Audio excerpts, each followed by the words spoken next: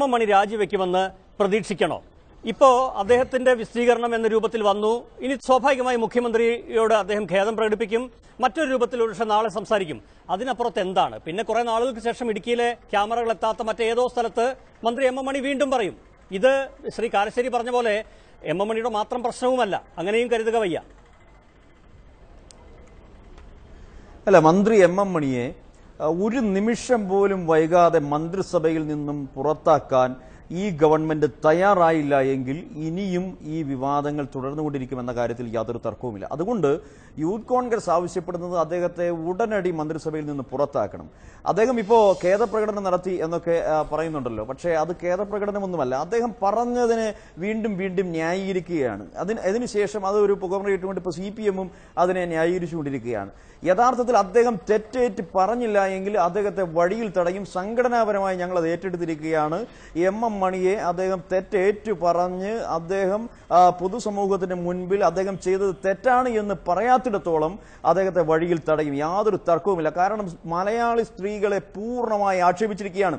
ഇവിടെ ഗോവിന്ദൻ മാഷിന്റെ വക്കാലത്തൊന്നും ഞങ്ങൾക്ക് ആവശ്യമില്ല. കാരണം ഞങ്ങൾക്ക് നിങ്ങളുടെ ഈ വിധത്തിലുള്ള പ്രസ്താവനയല്ലേ ആവശ്യം, ഞങ്ങൾക്ക് നടപടിയാണ് ആവശ്യം. എന്ത് നടപടിയെടുത്തു? മലയാളി സ്ത്രീത്വത്തെ സംരക്ഷിക്കാൻ, അല്ലെങ്കിൽ സ്ത്രീത്വം അവമാനിക്കപ്പെട്ടപ്പോൾ അതിന് സംരക്ഷണമേകുന്ന എന്തെങ്കിലും ഒരു നടപടി ഈ ഗവൺമെന്റിന്റെ ഭാഗത്ത് നിന്ന് ഈ 10 മണിക്കൂറായി ഉണ്ടായിട്ടുണ്ടോ? മന്ത്രിയുടെ രാജി ഉണ്ടായിട്ടില്ല. ഇവിടെ IPC സെക്ഷൻ 509 അനുസരിച്ച് ഇദ്ദേഹത്തിനെതിരെ കേസെടുക്കാൻ കാരണം സ്ത്രീത്വത്തെ സർക്കാർ, അത് മുഖ്യമന്ത്രി പ്രതികരിച്ചു, പ്രധാനപ്പെട്ട നേതാക്കൾ എല്ലാം പ്രതികരണമാണ്.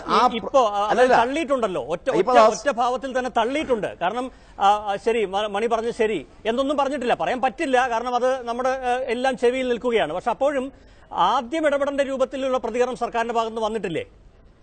ഇനി വരണം. അല്ല, ഞാൻ പറയട്ടെ, ആ പ്രതികരണം ആർക്കാണ് വേണ്ടത്? ഇവിടെ ഗോമതിയെ പോലെയുള്ള തൊഴിലാളികൾ അവിടെ സമരം വീണ്ടും ആരംഭിച്ചിരിക്കുന്നു. എന്താണ് നിങ്ങളൊക്കെ പറയുന്നത് പോലെ ഒരു നാട്ടിൻപുറത്തുകാരൻ എന്നൊക്കെ പറഞ്ഞ് എഴുതി തള്ളാൻ പറ്റുമോ? നാട്ടിൻപുറത്തുകാരെ മുഴുവൻ അവമാനിക്കുകയല്ലേ ഇയാൾ?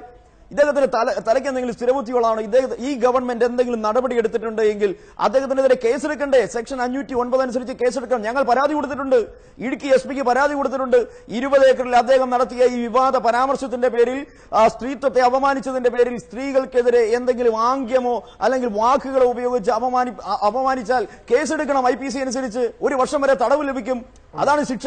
അപ്പൊ യഥാർത്ഥത്തിൽ ഈ മന്ത്രി അതിന് അർഹനല്ലേ? അപ്പൊ കേസെടുക്കാൻ എന്തുകൊണ്ട് സർക്കാർ വൈകുന്നു? എന്തുകൊണ്ട് രാജിവെപ്പിക്കില്ല? അതല്ലേ പ്രതികരണം എന്ന് പറയുന്നത്. അല്ലാതെ 2 സ്റ്റേറ്റ്മെന്റ് എഴുതി വെച്ചിട്ട് ഇവിടെ ആരെങ്കിലും ബോധിപ്പിക്കേണ്ടതുണ്ടോ? അദ്ദേഹം പറഞ്ഞിട്ടുള്ളത് പച്ചയായ പരമാർത്ഥമാണ് എന്ന് വെച്ച് കഴിഞ്ഞാൽ അദ്ദേഹം 100% അദ്ദേഹത്തിന് ഇതൊക്കെ എത്ര പ്രാവശ്യം ഇത് ആവർത്തിക്കപ്പെട്ടിട്ടുണ്ട്.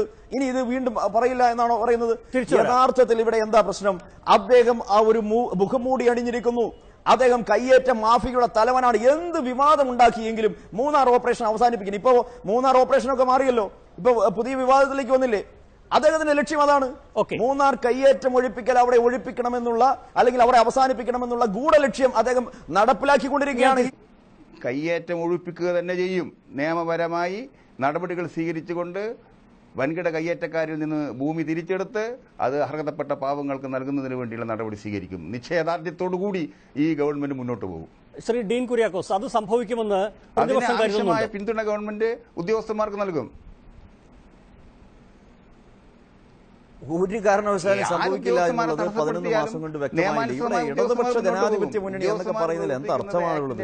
CPM-ഉം CPI-യും തമ്മിലുള്ള ഈ പോരാട്ടം കാണുമ്പോൾ തന്നെ ഇടതുപക്ഷ ജനാധിപത്യ മുന്നണിയൊക്കെ തകർന്നിരിക്കുന്നു. ഇവിടെ CPI-യുടെ ജില്ലാ സെക്രട്ടറി തന്നെ പറഞ്ഞത് ഐ ആം ദ സ്റ്റേറ്റ് എന്നതാണ് മുഖ്യമന്ത്രിയുടെ പ്രഖ്യാപനം എന്നുള്ളതാണ്. ഏതായാലും അത് പോകട്ടെ. ഞാൻ പറയുന്നു, ഈ ഗവൺമെന്റ് എല്ലാ അർത്ഥത്തിലും എന്തെങ്കിലും വിശ്വാസ്യതയുള്ള ഒരു ഗവൺമെന്റാണ്. സ്ത്രീ സുരക്ഷ എന്നൊക്കെ പറഞ്ഞ് അധികാരത്തിൽ വന്ന ഒരു ഗവൺമെന്റിൽ നിന്നുമാണ് ഇപ്പോൾ പെമ്പിളൈ ഒരുമൈ സമരത്തിനെതിരെ ഉണ്ടായിട്ടുള്ള ഈ ആക്ഷേപം ഉണ്ടായിട്ടുള്ള ഒരു മന്ത്രിയുടെ ഭാഗത്തു നിന്നും.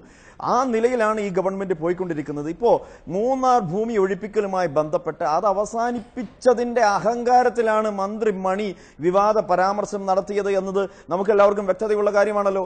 ശ്രീരാം വെങ്കട്ടരാമൻ എന്ന് പറയുന്ന അസിസ്റ്റന്റ് കളക്ടർക്കെതിരെ അദ്ദേഹം പബ്ലിക് മീറ്റിംഗിൽ പ്രസംഗിച്ചതിന് തലേ ദിവസം തിരുവനന്തപുരത്ത് ഇവർ റവന്യൂ ഉന്നതതല ഉദ്യോഗസ്ഥന്മാരുടെ നേതൃയോഗത്തിൽ മുഖ്യമന്ത്രിയുടെ സാന്നിധ്യത്തിലെടുത്ത തീരുമാനം എന്താ? ഈ കയ്യേറ്റ മാഫിയയ്ക്ക് പൂർണ്ണ സംരക്ഷണം നൽകുന്ന മണിയുമായി ആലോചിക്കും. അനുവദിക്കണം. ഇവിടെ എല്ലാ തരത്തിലുമുള്ള ആക്ഷേപങ്ങൾ നേരിടുന്ന എസ് രാജേന്ദ്രൻ ലോക്കൽ MLA ആണ്, MP. അദ്ദേഹം ഭൂമി തട്ടിപ്പുമായി ബന്ധപ്പെട്ട് കേസിൽ പ്രതിയാണ്. അപ്പൊ CPM-ന്റെ ഈ നേതാക്കന്മാരുമായി ആലോചിച്ചു മാത്രമേ ഒരു തീരുമാനമെടുക്കാൻ കഴിയൂ എന്ന് പറഞ്ഞാൽ അവിടെ നിയമവ്യവസ്ഥ അട്ടിമറിക്കപ്പെട്ടിരിക്കുന്നു എന്നുള്ളതാണ്.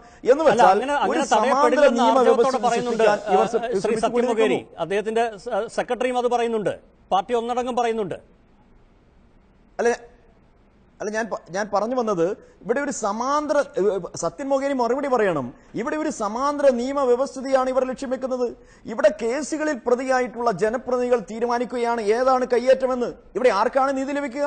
ഇവിടെ പറഞ്ഞല്ലോ, ഇവിടെ പാവപ്പെട്ട ഗോമതിയടക്കം ഒരു തുണ്ട് ഭൂമി പോലും അവകാശമായി ഇല്ലാത്ത പാവപ്പെട്ട തൊഴിലാളികൾ അധിവസിക്കുന്ന പ്രദേശത്ത് ഈ കയ്യേറ്റ ഭൂമി ഒഴിപ്പിക്കണമെന്ന് ആർജവത്തോടെ പറഞ്ഞല്ലോ സത്യൻ മൊകേരി.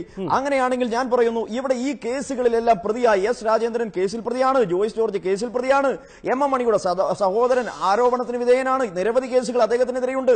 അപ്പൊ ഈ ഭൂമികളെല്ലാം ഒഴിപ്പിക്കേണ്ടത് ഇവരുടെ എല്ലാം ഭൂമികളാണ്, CPM-ന്റെ എണ്ണമറ്റ നേതാക്കന്മാരുടെ. അപ്പൊ അങ്ങനെയുള്ള ആളുകളുടെ സമ്മതം വാങ്ങണമെന്ന് പറയും. ഒരു മിനിറ്റ്, അപ്പോൾ സമാന്തര നിയമവ്യവസ്ഥ സൃഷ്ടിക്കാൻ ഇവർ ശ്രമിക്കുന്നു, സമാന്തര കോടതിയാണ് ഇവർ നടപ്പിലാക്കുക. അതല്ലേ, കളക്ടർ RSS-കാരനാണ്. ഇതൊക്കെ കേട്ട് വിശ്വസിച്ച് ഇവർക്കെതിരെ രാഷ്ട്രീയ യുദ്ധത്തിന് പുറപ്പെടാൻ എന്താ ഇവിടെ ഈ നാട്ടിലുള്ള ആളുകൾക്കെല്ലാം തലയ്ക്ക് വെളിവില്ലേ? വെളിവില്ലാത്തത് MM മണിക്കാണ്. ഇവിടെ യഥാർത്ഥത്തിൽ ആ ഒരു നിലയിൽ നിയമവ്യവസ്ഥയെ വെല്ലുവിളിച്ചുകൊണ്ട് വരെ ഈ ചർച്ചയിൽ പോലും